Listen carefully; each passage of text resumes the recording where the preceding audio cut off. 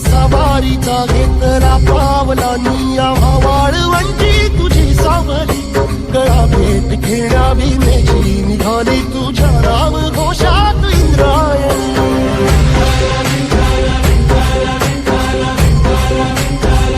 भिडे आसमंती ध्वजा वैष्णवांची उभी पंढरी आज नानावली तुझे नाव ओठी तुझे रूप धानी जीवाला तुझी आस गाला गली सगळी बाप साऱ्या जगाचा परिचय